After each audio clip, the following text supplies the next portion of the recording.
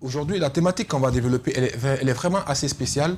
Et d'ailleurs, tout ce qui écoute ça, c'est vraiment une stratégie d'excellence que je partage, vous, sur le plateau, comme d'habitude d'ailleurs, et ces téléspectateurs qui nous suivent vont tous profiter de ce que je vais partager parce que c'est une technique magique, exceptionnelle, qui est tirée des découvertes en neurosciences qui peut facilement permettre tout simplement de travailler son niveau d'excellence. Comment travailler son niveau d'excellence dans n'importe quel domaine d'activité. Quel que soit le domaine d'activité dans lequel tu es, si tu veux travailler ton niveau d'excellence là-dedans, les différentes étapes à suivre. Par exemple, une entreprise qui me prend en coaching, ce sur quoi on va réellement travailler pour développer l'excellence au niveau du personnel, c'est ce qu'on va partager aujourd'hui parce qu'on va parler de ce qu'on appelle l'intelligence intrapersonnelle. C'est quelque chose de magique. Souvent, les managers ne le voient pas, ne le comprennent pas, ne le perçoivent pas. Il y a beaucoup de coachs qui font du coaching, mais on dit que le coaching, c'est vraiment un métier d'engagement et d'excellence, mais qui ne sont pas excellents dans le coaching parce qu'il n'y a pas de vrai protocole testé au niveau cerveau qui a de l'impact, qui marche. Et ce matin, c'est bien entendu ce que je vais partager avec ces téléspectateurs. Donc, rapidement, prenez un stylo, prenez une feuille et notez bien l'outil que je vais partager avec vous parce que si vous comprenez cet outil-là, c'est déjà un début pour vous d'identifier le problème que vous avez au niveau excellence et derrière savoir comment vous y prendre pour progressivement pouvoir tout simplement les travailler.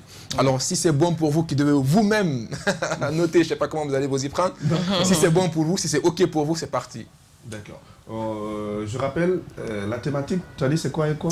Comment travailler l'excellence dans n'importe quel domaine d'activité. D'accord. On va noter dans les téléphones. Donc, on écoute Coach Caps. Alors, très bien. Alors, pour comprendre cette thématique-là et pour savoir vraiment comment exceller dans n'importe quel domaine d'activité, je vais parler de ce qu'on appelle l'intelligence intrapersonnelle. L'intelligence intrapersonnelle passe par plusieurs sphères, notamment 4 sphères. On a la gestion de soi, on a la gestion des autres, on a la gestion des choses et on a la sphère d'excellence. Ok. D'accord?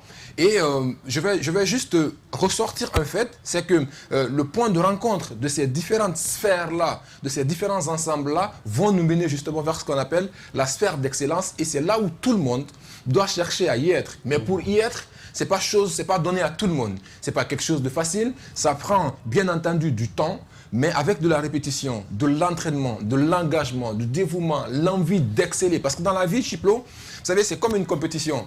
On a celui qui remporte la médaille de diamant, la médaille d'or, la médaille d'argent, mais le 4e dans la compétition, on ne se souvient pas souvent de lui.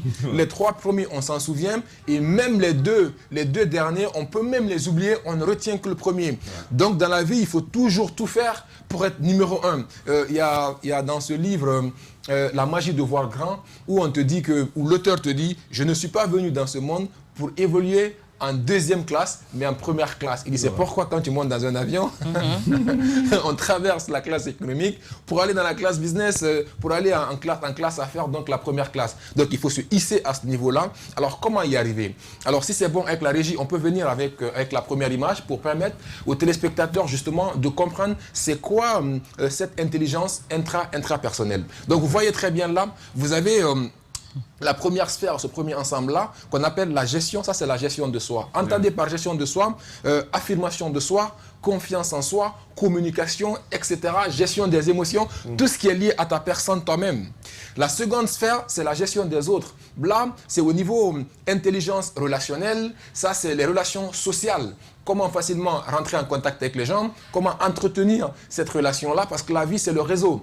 Quel que soit mon niveau de compétence, quel que soit mon niveau d'expertise dans un domaine A, si je suis face à quelqu'un qui a un réseau beaucoup plus poussé, beaucoup plus alimenté que le mien, franchement, la personne a beaucoup plus de chances de s'en sortir dans beaucoup de choses mieux que moi. Des fois, on a tendance à croire que c'est l'argent qui fait la différence, mais n'oublions pas que le réseau aussi peut vraiment pousser les choses au point, parfois, entre guillemets, guillemets, de bloquer même l'argent. Parce que le réseau, c'est tout simplement magique. Ouais. Et la troisième sphère, c'est les choses. Au niveau de ces choses-là, ça peut être au niveau organisation des événements, etc., etc., organisation de sa vie personnelle, le rangement de son bureau, rapidement trouver un dossier pendant que en 5 secondes, je peux me rappeler où il est ce dossier-là. D'autres peuvent mettre quelque chose allant de 5 minutes à 45 minutes sans pour autant se retrouver, même des jours, sans pour autant se retrouver, même dans son ordinateur. Il faut qu'il vienne mettre dans la barre de recherche le truc pour pouvoir le trouver parce qu'il a un souci à ce niveau-là. Maintenant, justement, pour s'y prendre, quand tu réussis à créer cet équilibre-là entre la gestion de soi, la gestion des autres et la gestion des choses, tu arrives à la seconde image avec la régie où ce point de rencontre de ces trois ensembles-là, ça s'appelle la sphère d'excellence. Donc ces trois ensembles-là se retrouvent à un niveau qui est assuré là. Pour les téléspectateurs qui sont en train de le voir, ce niveau qui est assuré là, ça correspond à ce qu'on appelle la sphère d'excellence. Mais pour arriver à cette sphère d'excellence-là, comment est-ce qu'on s'y prend? Et franchement, ce que je partage là, c'est une technique qui est valable pour n'importe quel domaine, sportif de haut niveau, journaliste, quelqu'un qui est dans la communication, quelqu'un qui est dans la médecine, quel que soit le domaine dans lequel tu es, le coach a cette possibilité-là de te coacher et de t'accompagner. Alors, je raconte rapidement cette petite histoire que mon coach, là où je passe ma certification en neurosciences appliquées, il partageait ceci dans une séance qu'on avait en individuel, où je lui posais cette question, que souvent, tu es toujours confronté à ces difficultés. Quand tu dis je coach dans tel, je me rappelle, quand je fais la petite conférence sur la gestion des couples, on me dit mais tu n'es pas marié, tu as quelle expérience, etc. Et c'est toi qui viens nous coacher. Et c'est toi qui viens nous coacher. Il dit ben justement, on est tous confrontés à ça parce que c'est de l'ignorance de la part des gens. Pour les gens, le coach c'est un conseiller. Pour les gens, le coach va venir te donner la solution à ton problème. Ouais. Non, le coach va t'aider à exprimer les différentes solutions qui sont en toi et t'aider à identifier la solution la plus réaliste que toi et te faire passer à l'action. En fait, il va te poser les bonnes questions pouvant te permettre de pouvoir réagir. Et ces questions-là, c'est des protocoles. Quel que soit le domaine d'activité, il adaptera ces différentes questions-là à cela et il va te permettre de pouvoir avancer. Alors, il me racontait cette histoire qu'il a été contacté une fois par recommandation. On l'a mené, c'était sur le sport, le hockey sur glace. Et lui, on lui fait appel, il vient voir le coach. Quand ce dernier a entendu coach, pour lui, c'est un coach sportif dans le domaine. Alors, il y avait cette petite jalousie entre guillemets qui était là. Alors, il vient le voir, il lui parle. Alors, le coach lui dit, écoute, moi, ça fait plus de 20 années que je fais ce domaine-là. J'ai fait 10 ans, 15 ans à jouer là-dedans et ça me fait 5 ans en tant qu'entraîneur. Ouais. Et toi, comment tu peux m'apporter de la valeur en tant que coach comme moi? Il me dit, moi, est-ce que tu comprends c'est quoi le hockey sur glace? Il dit, moi, je n'ai jamais joué au hockey, je ne sais pas comment ça fonctionne, je ne sais même pas c'est quoi les règles du jeu. Il dit, mais si tu ne connais pas tout ça, comment est-ce que moi, tu vas m'apprendre à pouvoir faire exceller mes joueurs dans ce sens-là? Il dit, en fait, on n'a pas les mêmes champs d'action. Si toi, ton champ d'action, c'est peut-être au niveau physique, ton champ d'action, c'était peut-être au niveau tactique, technique, etc. Il dit, moi, mon champ d'action, c'est au niveau mental. Moi, j'ai fait de la psychologie positive. Moi, j'ai fait de la neuroscience. Moi, je suis un coach qui va l'aider à pouvoir identifier ce qui lui bloque, par exemple, pour pouvoir exceller. Alors, il lui pose la question de savoir, est-ce que tu as un des joueurs dans ton équipe, par exemple, à qui tu avais nourri beaucoup d'espoir, beaucoup d'attentes quant à son niveau d'excellence là-dedans, mais il commence à jouer et il n'arrive plus à ressortir ce que tu cherches. Et beaucoup de managers, souvent, sont confrontés à ça. Et je vais donner qu'est-ce qui explique ça aujourd'hui. Alors, il lui dit, oui, j'en ai un. Il était au niveau junior, il était bon, il était le meilleur, au point que quand on l'a vu, on l'a envoyé directement au niveau senior. Il dit, mais dès qu'il arrivait au niveau senior, il marquait. Mais dès qu'on arrivait dans la plus grande compétition qui est attendue, à ce niveau-là, il ne marque plus. On ne lui reconnaît même plus. Il devient une forme de déception pour nous. Et tout le monde est ébahi et étonné par cela. Pendant qu'en réalité, il a les techniques qu'il faut, il connaît les tactiques, mais il a du mal à pouvoir concrétiser et à marquer. Alors, il lui dit, d'accord, ce dernier, vous allez me le confier. Je vais travailler avec lui.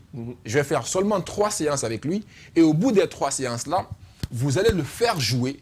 Et je vous promets que s'il ne marquait pas, il va commencer à marquer. Et ce coaching-là, je vous l'offre gratuitement. Non. Alors, il lui dit, je n'ai rien à perdre. Mais c'est clair. Ben, vas-y.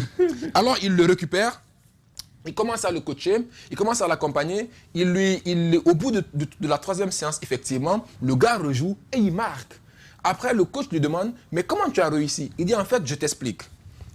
Quand le niveau d'enjeu est élevé, le niveau d'anxiété augmente. Et quand le niveau d'anxiété augmente à un certain niveau, au niveau cognitif, au lieu que le joueur ne développe une stratégie d'aller vers le but, il va développer et ne voir que la stratégie d'évitement. Quand il est devant le but, au lieu de voir là où il faut placer, il va plutôt voir là où il ne faut pas mettre ce qu'il faut éviter en fait. Et là, comme il y a un lien cognitivo-comportemental, donc ça a une influence sur lui et finalement, il va toujours voir là où il veut éviter et c'est là-bas toujours il va mettre. Et donc, j'ai fait ce travail-là au niveau cognitif avec lui. J'ai identifié, décelé et finalement, je l'ai permis de tout simplement pouvoir débloquer ça. Et comme cela, il a eu le coaching d'accompagner tous ces sportifs de haut niveau. Mais comment est-ce qu'il a fait la technique avec la 3e image au niveau de la régie? Alors, comment tu t'y prends? Et ça, c'est même valable pour vous. Alors, voici le travail à faire. Vous identifiez, c'est quoi le métier dans lequel vous êtes? Vous faites du journalisme, par exemple, vous faites de l'animation. Et donc, le métier. Alors, la question que je vais vous poser, pour exceller dans ce domaine-là, rapidement, Malouka, qu'est-ce qu'il faut selon vous dans ton métier? Il faut se mettre à la tâche, je dirais. Oui, en termes de compétences exactes, selon toi, qu'est-ce qu'il faut avoir comme compétence pour devenir excellent dans ton domaine? La voix. La voix. Chiplo, et toi, un autre exemple? Bon, je dirais la formation. Donc déjà, elle a parlé de la voix, mais d'abord se former. Se former en quoi concrètement? Dans ce que tu veux faire. Là, déjà, c'est avoir les techniques de ton activité. Quels sont les respecter l'éthique et tout ce qui s'ensuit. Donc, le respect de l'éthique. Donc, je vais sur les deux. L'éthique, la déontologie et le fait de travailler sa voix. On a deux, je vais juste là. Et qu'est-ce que tu fais? Tu divises la colonne entre le J représente tu es au niveau junior, le S représente tu es au niveau senior, le E tu es expert et le M tu es maître. Junior, ça veut dire que tu sais que tu ne sais pas, tu es consciemment incompétent. Le S, senior, ça veut dire que tu sais, là tu es consciemment compétent. Le E, tu es inconsciemment compétent. Là, tu deviens fort, ça devient un réflexe. Et maître, tu as tellement maîtrisé qu'il est facile pour toi de donner et de libérer. Et maintenant, qu'est-ce que tu fais? Au niveau de la voix, tu te dis, est-ce que toi, consciencieusement, tu es au niveau junior, au niveau senior, au niveau expert ou au niveau maître? Donc, tu coches là-bas la 4e image, la régie. Donc, si c'est au niveau éthique et déontologie, tu coches également, est-ce que tu es junior, est-ce que tu es senior, est-ce que tu es expert dedans ou est-ce que tu es maître là-dedans? Donc, tu coches. Imaginez qu'au niveau voix, tu es au niveau senior là-dedans. Au niveau éthique et déontologie, tu es au niveau junior là-dedans. Maintenant, quand tu vois, ça veut dire que si tu es au niveau junior, le coach doit travailler sur toi pour que tu passes au niveau senior. Si tu es au niveau senior, le coach doit travailler sur toi pour que tu passes au niveau expert. Et comment il le fait? Il a des niveaux logiques sur lesquels il travaille. Donc, il peut utiliser plusieurs protocoles. Il peut utiliser le 5S, il peut utiliser, si tu veux, le SPIR pour t'aider à pouvoir passer, mais il peut identifier les niveaux logiques. Donc, s'il a un problème de compétence, donc tu sais que le manque de compétence, il faut travailler sur le niveau d'après.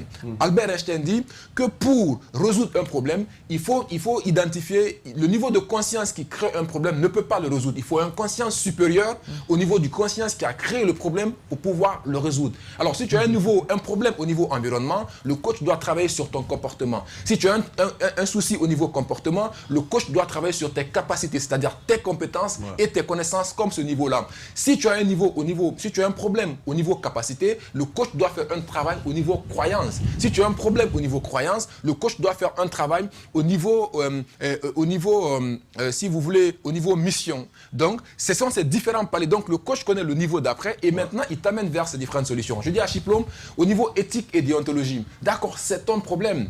Et selon toi, qu'est-ce qui est à l'origine de ce problème-là? Chiplo m'amène l'origine de ce problème-là. Et finalement, si Chiplo pouvait me donner 5 solutions, et parmi les 5 solutions, il y a 3 bonnes, il y a 2 qui sont complètement farfelues, quelles sont ces solutions-là? Alors, Chiplo me les cite. Parmi ces solutions-là, laquelle des solutions tu peux appliquer tout de suite? On est dans la stratégie d'engagement et de plan d'action qu'on peut tout simplement mettre en place. Et c'est là où le coach commence à le travailler. C'est là où le coach commence à l'accompagner et l'aider à pouvoir se transformer, à pouvoir exceller là-dedans. Attention, ça peut prendre du temps. Pour certains, ça peut faire 3 mois, d'autres 6 mois, d'autres 9 mois. Le plus important, ce n'est même pas que tu trouves les critères qui sont les meilleurs. C'est pourquoi je ne me suis pas trop intéressé aux critères. Les critères peuvent évoluer, on peut les améliorer. Le plus important, c'est que tu sois dans la dynamique de mouvement. Et c'est cela qu'on appelle la dynamique d'évolution, la dynamique de progression. Et c'est comme cela que tu avances, c'est comme ça que tu te développes, c'est comme ça que tu grandis, c'est comme ça que tu excelles dans un domaine. Et quand tu as répété encore et encore et encore, tu t'es entraîné, tu finis tout simplement par pouvoir le réussir. Et je termine par dire à ces téléspectateurs, s'il y a une chose qu'il faut retenir aujourd'hui dans les stratégies d'apprentissage, il y a quelque chose qu'il faut faire chaque jour que Dieu fait. Il faut poser un acte inspirant, mais imparfait, mais pour toi. Un acte inspirant, Imparfait. imparfait, mais pour toi. D'accord, il n'y a pas de souci, chers téléspectateurs. On affiche le numéro de Coach Cap, s'il vous plaît. Si vous n'avez pas compris ce qu'il vient de dire, un dernier ressort là, un acte inspirant, imparfait, mais pour toi. Vous pouvez donc le joindre pour avoir plus d'explications liées à toutes ces thématiques-là qu'il donne, toutes ces formations-là qu'il donne, et donc pouvoir participer à tout cela. Coach Cap, c'est comme ça qu'on l'aime. Merci, Coach Caps. Merci, Chiplo.